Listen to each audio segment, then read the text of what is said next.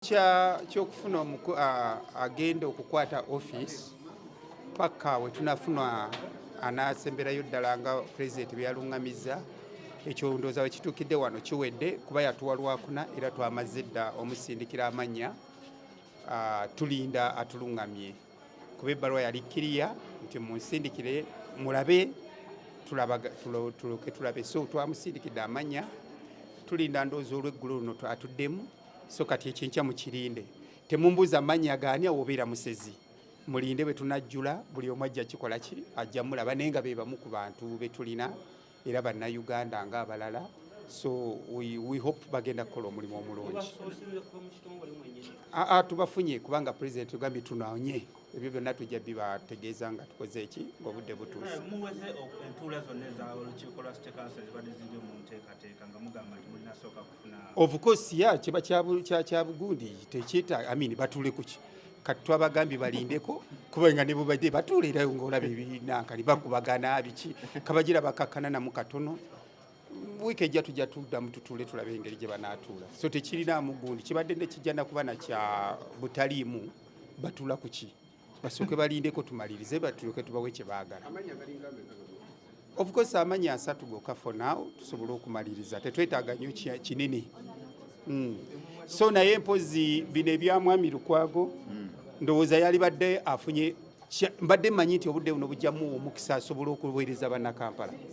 kuba emirimu gye 3 gyamulema okukola.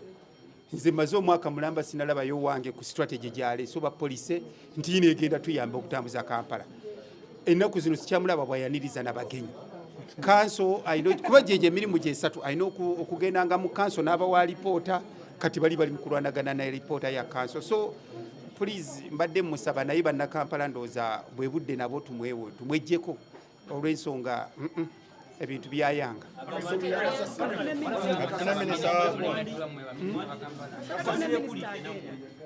Ate ekyo kya bugundi kya bunafu